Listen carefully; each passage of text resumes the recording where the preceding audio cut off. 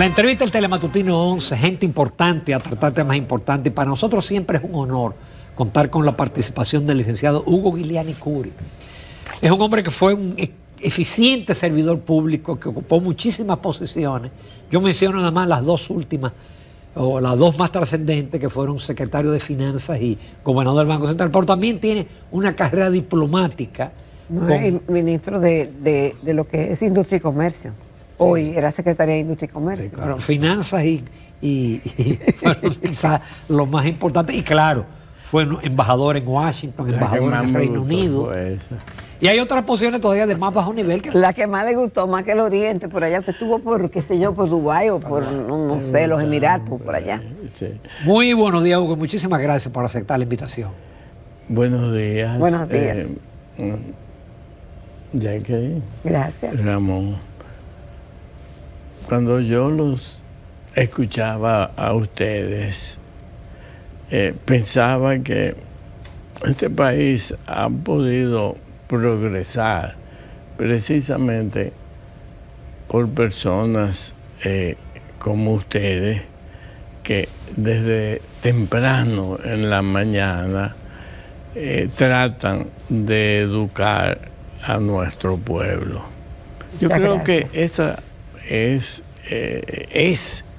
el principal reto que tenemos los dominicanos. En otras cosas como la política, etcétera, desde hace mucho tiempo el país también ha ido cambiando, y precisamente estando yo sentado ahí esperando para entrar al programa, me encontré con un libro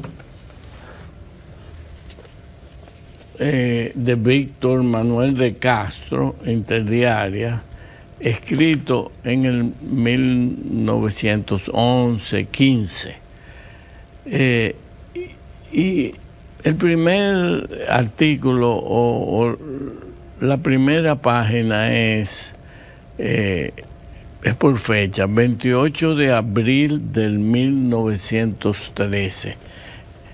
Y él dice en esa carta, ¿qué entiende usted por política? Entonces define lo que es política, y él dice, mentira, no es eso. Y sigue y da otra definición. Y finalmente dice que gobernante que no hace política rodeándose de amigos, verdaderos amigos, afectos ideales e interesado en el éxito de sus gestiones, está perdido. Y empleado que no sabe nadar y guardar la ropa, se moja y se pierde también. ¿Qué clase de política es esa? Y dice Castro, esa es la política criolla. Eso parece escrito ahora. Aparece como algo de ahora. Lo que uno tiene es que reírse con estas cosas. Pero ustedes mencionaban a Perú y comparaban con nosotros. Y es verdad, nosotros hemos avanzado mucho precisamente por nuestra estabilidad política. O por nuestra tolerancia a muchas cosas que no debieron ser y que fueron. Tal vez la movilidad social que nosotros hemos tenido también ha sido algo muy bueno. Eso no existe. Esa movilidad social no existe. Don Hugo, porque aquí han pasado cosas que en otros países los presidentes renuncian, o los hacen renunciar, o lo destituyen. Los de aquí, como dicen en el campo, son como más caraduras.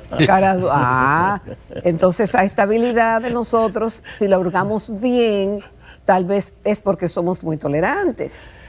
Pero mira, eso nos lleva, por cierto, y yo no pensaba tocarlo en primer tema, pero nos lleva a ese editorial. Venga. A ver si tú lo... pero tú claro, puedes. $10,000 para huir del país. Ahí está. Ese es el editorial de ayer de... Listín Diario. Listín Diario, que escribe, por cierto, ese gran intelectual y persona, es mi amigo, es Miguel Franjul, siempre atento a los problemas nacionales. Entonces yo leo el editorial y me hago la pregunta y digo, y tienes razón, Miguel Franjul. Y lo llamé y le dije, mira, mañana yo voy al programa de Ramón Núñez y Jacqueline Morel y voy a tratar de decir algo sobre tu editorial. ¿Por qué todavía los dominicanos se van? Muy fácil. La Yola no contradice el crecimiento que nosotros hemos tenido. No hay duda, y es lo que Miguel se pregunta, de que nosotros tenemos 60 años de estabilidad política y 25 años creciendo a un promedio de un 5% anual. Pero eso es crecimiento económico. Crecimiento no es igual a progreso. Y ahí está la diferencia. Entonces, la Yola es un reflejo, quizás, de eso mismo, de ese crecimiento que nosotros hemos tenido, donde todavía ese que no es barato, eso es más de $500,000 de pesos. Más de $500,000. Más de Eso da para $500,000 montar un negocio, de pesos. un emprendimiento. Sí, pero ese dominicano está viendo algo. Él tiene una percepción de que no tiene futuro. No tiene seguro médico, no tiene pensión. Y eso se debe también a que el 50%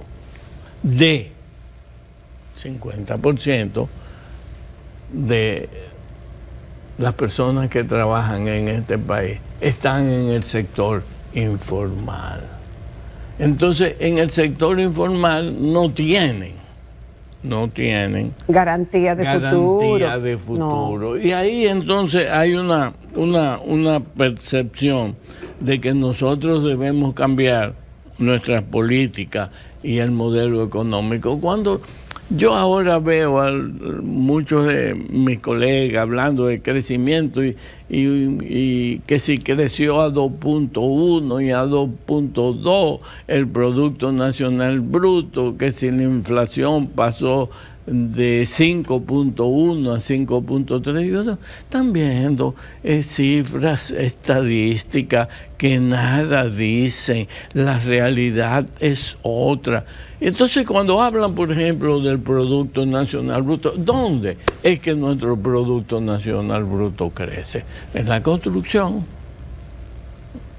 en el comercio, en la finanza. No en los sectores que producen, por ejemplo, que generan un bien. Y que dan una garantía a futuro. Que se vende y se exporta y dan una garantía futura. No, entonces ahí es donde nosotros tenemos que incidir. Entonces le habla a alguien que ha sido durante toda su vida, yo he dado de mi vida al Estado dominicano más de 50 años. Y todavía con personas como yo veo los grandes problemas y desigualdades. Me río a veces cuando veo que alguien dice, ay, le dieron una pensión a alguien de 100,000 pesos. ¿Y qué son 100,000 pesos hoy en día? No le alcanza para ir a hacer unas cuantas compras a un supermercado, porque tenemos una estructura confundida. ¿Cómo? Este país es uno de los países que más paga ITEVI. Incluso hay muchas cosas que pagan ITEVI en la comida, en la medicina. Se paga, no se importan las medicinas que son, y mucho más aún conociendo que un bien, una casa, es lo tan importante. En el caso de la mentalidad dominicana, ponemos unos IPI altísimos, que un impuesto a la propiedad, que lo que hacen es, se convierten como si esa persona que compró su casa, lo que está pagando es un alquiler. Un alquiler, entre eso y el mantenimiento es un alquiler. Sí. Don Hugo, usted ha estado en finanzas, usted ha estado en industria y comercio, usted nos ha representado en otros países, incluyendo Washington y por el Medio Oriente. Es decir, que tiene una visión, yo diría que holística y global, de cómo se maneja. Y usted habla de un modelo económico. Perdónenme, pero yo siento que en la República Dominicana no hay modelo económico. Los partidos mayoritarios ofrecen cosas, pero no tienen un modelo económico, no tienen unas políticas públicas y lo único que cambia, el elemento diferenciador es que se cambia una persona por otra, pero no tenemos un modelo económico definido. No tenemos un modelo económico y tenemos también pocos hacedores de política. Por ejemplo, yo veo este mismo gobierno y yo no veo que hay que hay un gabinete económico, no lo veo. Entonces, no se ve coordinación en el gabinete no se ve económico. coordinación, no hay hacedores de política. Por ejemplo, uno comienza a hablar. Pero no hay coordinación porque no hay una dirección de hacia dónde vamos. Es decir, no hay una política pública de que vamos para allá y entonces justamente todos deben, si me enfocan, gracias, deben alinearse en esa misma línea, en ese mismo sentido. Y eso es lo que nos pasa, por eso que no hay esa integración. Ahí viene uno de los problemas, uno de los grandes retos que nosotros tenemos, porque no es solamente decir lo malo, es decir, hay que decir lo bueno. Nosotros hemos progresado mucho, pero mucho, y nos hemos colocado en el 5º o en el 6º lugar en materia de ingreso per cápita. Y si nada más, perdóneme, don Hugo, nada más vemos eso y nos regodeamos en lo bueno que somos. El tema es que si usted va al médico y está bien entero, pero tiene un problema en un pulmón, usted se concentra en el pulmón y en lo que eso le puede traer. Entonces, aquí sufrimos mucho, y sobre todo los políticos, y estamos bien en esto, y estamos bien en otro, pero las cosas que nos retrancan, que nos frenan, que con un plumazo se pueden resolver, no vemos eso, porque como lo otro está muy bien, entonces no me fijo en lo que está mal. Pero eso que tú estás diciendo es correcto. Cuando vemos que crecimos a un 5% promedio anual, eso es una simple cifra estadística. Eso no hace. Bueno, usted mismo decía que Hugo, crecimiento tu no condición de diplomático, uno se pregunta, ¿cómo es posible que El Salvador y Honduras ya lograron acuerdos bilaterales con el gobierno de Trump, quitándole los aranceles? Sin embargo, nosotros tenemos todavía un arancel de 10, un país que ha cooperado con la droga, un país que prestó sus aeropuertos para todas las acciones contra Venezuela, gran aliado, y todavía nosotros no hemos logrado un acuerdo bilateral con los Estados Unidos. Es muy fácil. Usted que conoce a los americanos, ¿por qué? Eso es muy fácil y te voy a contestar. Es que el mundo, y específicamente Estados Unidos, ha cambiado. Ya no estamos hablando de la política norteamericana de cooperación que existía en años atrás. No, ahora se habla en la nueva política del presidente Donald Trump de seguridad económica. ¿Qué quiere decir seguridad económica? Ya son palabras diferentes. Y por cierto, yo les recomiendo a los televidentes que lean un artículo de Nelson Espinal Báez que escribió ya hace unas cuantas semanas, creo que en el Diario Libre, muy bueno, que explica algo de, o una gran parte de esto. Seguridad económica es otra cosa. En estos tiempos de Trump se va a prestar mucha atención a eso. Entonces da la casualidad de la vida que nosotros estamos situados en una posición muy, pero muy estratégica para los Estados Unidos, poco abajo, donde lo que se llama el Golfo de México, o como le dice Trump, el Golfo de las Américas. Entonces, nosotros tenemos que prestar atención a eso. ¿Qué quiere decir eso? Ser un socio estratégico es diferente, que es lo que deberíamos ser, a ser un simple seguidor de las políticas. Socio estratégico es uno que tiene su propia estrategia, sus propios intereses, como lo que tú acabas de decir, como esos países que ya lograron cambiar ese arancel y sabe quizás un poquito hacia dónde ir en la nueva política del presidente Trump. Pero nosotros no hemos hecho nada en ese sentido.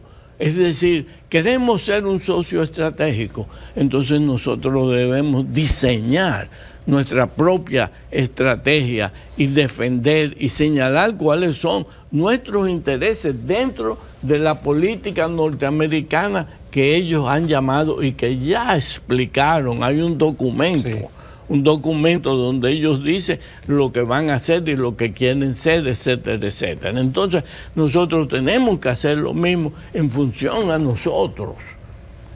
Por eso, no sé si te he contestado, entonces todavía nosotros estamos pagando un arancel mientras otros países, y hay otros que van más allá, porque Costa Rica ya lo que está pensando es que se van a salir posiblemente del el CAFTA, el RD CAFTA, se van a salir para hacer un tratado parecido al que tiene en México, es decir, un tratado comercial bilateral con Estados Unidos, o bilateral, o quizás uniéndose al de México. Es más difícil, tratarán bilateralmente, que es mejor para ellos, y así incorporarse a lo que es la nueva política de seguridad económica de los norteamericanos, y ponerse en lo que está. Yo, particularmente, hace creo que un año, cuando en una ceremonia se me condecoró con la orden de Duarte Sánchez y Mella, el discurso que yo di precisamente, hice en esa ocasión, hablando a nombre de los embajadores condecorados, era que nosotros teníamos que hacer políticas de nearshoring para tratar de irnos incorporando a lo que sería esta política norteamericana. Pero, por ejemplo, y quisiera decir dos palabras, si nosotros vamos en búsqueda de algo parecido como el nearshoring, nosotros tenemos entonces también que corregir nuestras desigualdades, y eso sería parte de un documento como ese, nuestras desigualdades territoriales. El caso del suroeste, que está abandonado, y el caso también del oeste, que es noroeste, que es Montecristi, etcétera, etcétera. Tenemos que establecer quizás dos grandes polos de desarrollo en función a una nueva política con Estados Unidos, donde esas dos grandes regiones puedan avanzar y reducir la brecha que hoy existe frente a Santiago y Santo Domingo. Nos vamos a una breve pausa, don Hugo. Todavía nos quedan temas con el licenciado Hugo Guiliani Curi. Los esperamos que continúen con nosotros. Continuamos esta mañana en Telematutino 11. Estamos conversando con el licenciado Hugo Guiliani Curi, economista y diplomático. Don Hugo, usted decía en el segmento anterior que la República Dominicana está estratégicamente ubicado. Y con relación a los Estados Unidos, usted dice que Trump dice que estamos en el Golfo de las Américas. Ocurre y viene a ser de que nosotros somos una isla y que la isla está dividida en dos. 3/4 parte para un lado y la otra parte la ocupa Haití y República Dominicana. Y cualquiera diría, bueno, pero si es una isla y es una indivisible, lo que aplica para uno debería aplicar para otro. Usted escribió 2 artículos en el Listín Diario, uno de ellos llamado Haití frente a una decisión histórica. Y el otro va a Haití y su valor geoestratégico. Y Haití, usted hace una serie de recomendaciones, bondades que tendría, y incluso llega a decir que pudiera haber la posibilidad de que hayan riquezas de oro, tierras raras y otros materiales que obviamente quizás eso haría que verían Haití con otros ojos. Pero aparte de la geología, y vámonos al punto de la ubicación, ¿por qué entonces, si es así, y somos una isla, y la República Dominicana es importante, ¿por qué Haití no lo es? Ok. Mi apreciado amigo que yo tengo aquí a mi izquierda, Ramón Núñez, escribió algo sobre eso. Y no le decía como que Haití no era prioritario. Sí. Entonces yo le escribí algo, Ramón, yo voy a tener que decir algo de eso si tú quieres. Y yo pensaba más bien que iba a utilizar como si gráficas o fotos para que el público apreciara un poquito más por qué Haití es importante. Como tú acabas de decir, la isla es la isla de la Hispaniola. Entonces, ¿qué pasa en Haití? En Haití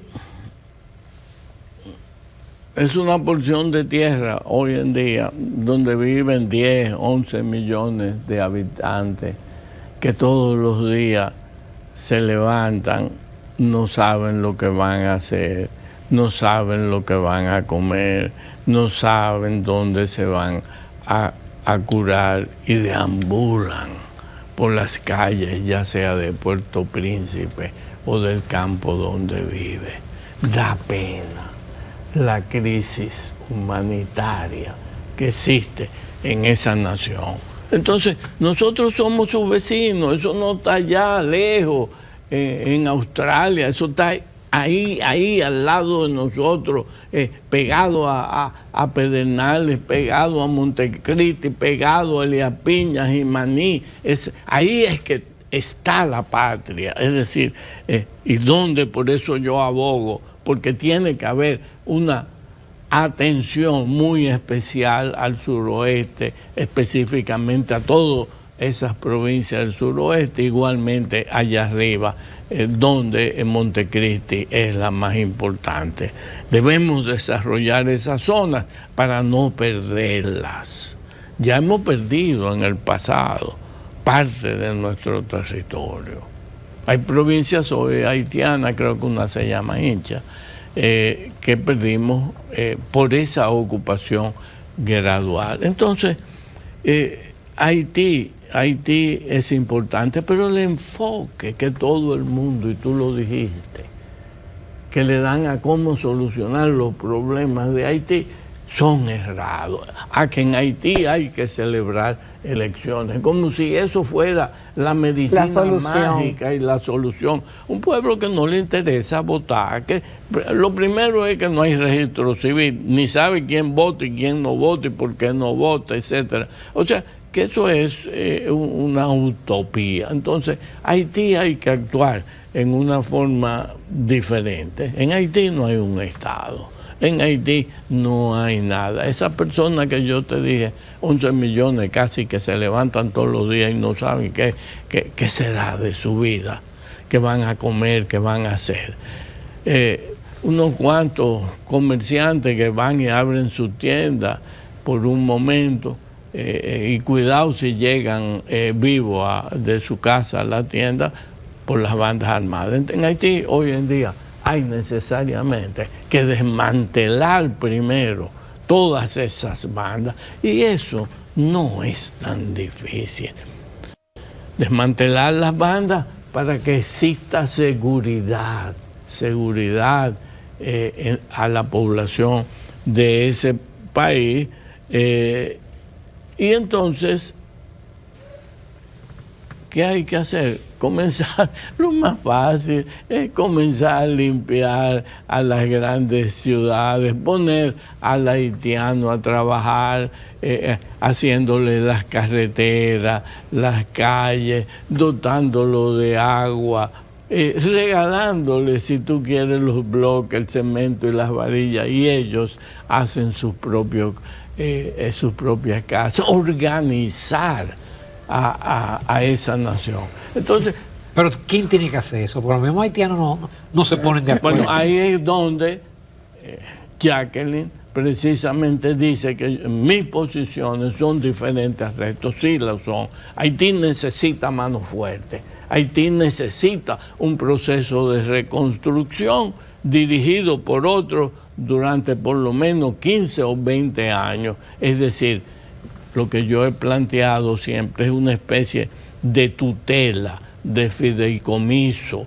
Es decir, donde... ¿Y la pandilla? ¿Cómo vamos? Pero lo primero quita la pandilla. Lo primero es quitar las pandillas. Hay que desmantelar totalmente a las pandillas y después de iniciar un proceso de reconstrucción donde se encontrarán los recursos para reconstruir Haití. No es con ayuda, dándole comida, etcétera, colchoncitos, mosquiteros, mosquitero y ropita. No, Haití hay que poner bajo un plan específico que yo llamo un fideicomiso, pero eso no implica que los haitianos gobiernen. Ellos se ocuparán de su gobierno, pero la parte económica y los recursos y el plan de desarrollo tienen que hacerlo. Ahora, ¿quién quiere hacerle eso? Y le voy a decir, yo recuerdo una canción de Rubén Blades, panameño, que decía: si de aquí saliera petróleo como sale de Kuwait, fuera otra cosa. Si en Haití saliera petróleo como sale de Kuwait, ¿qué pasaría? Ahí vamos, Jacqueline. En Haití hay oro, el mismo oro nuestro. Esa vena sigue por toda la cordillera. San Juan. Ese oro que estamos buscando en San Juan, ese mismo oro está en Haití. Esa vena viene ahí, en toda la cordillera. Entonces, si Haití fuera rico y se descubriera realmente, el futuro cambiaría. Hubiera más interés, porque obviamente si ellos mismos no pueden resolver sus problemas, tendría alguien de fuera que tener mucha voluntad de todo tipo para ir a hacer el trabajo. Mira, Haití estará en el radar de Donald Trump. Ahí voy, por eso. Tienen oro, tienen cobre, más que nosotros. Y tienen tierras raras. ¿Y dónde que están nuestras tierras raras? Señores, ahí en la frontera, en Pedernales, línea con línea, ellos la tienen también, las tierras raras. Entonces, te he mencionado 3 minerales para no seguir profundizando más en esto. Tienen playas bellas en Cabo Haitiano, en todo el litoral sur y en el norte, donde ellos también pudieran desarrollar el turismo. Es decir, ¿qué pasa? Lo que hay que primero dar seguridad en Haití, eliminar las bandas y entonces ir sobre un proceso donde Haití pueda gradualmente irse desarrollando. Pero hay que vender eso, no decir ¿Y quién lo va a vender? Haití no ¿Y a sirve. quién le interesa vender eso? Hay que decir que Haití tiene recursos.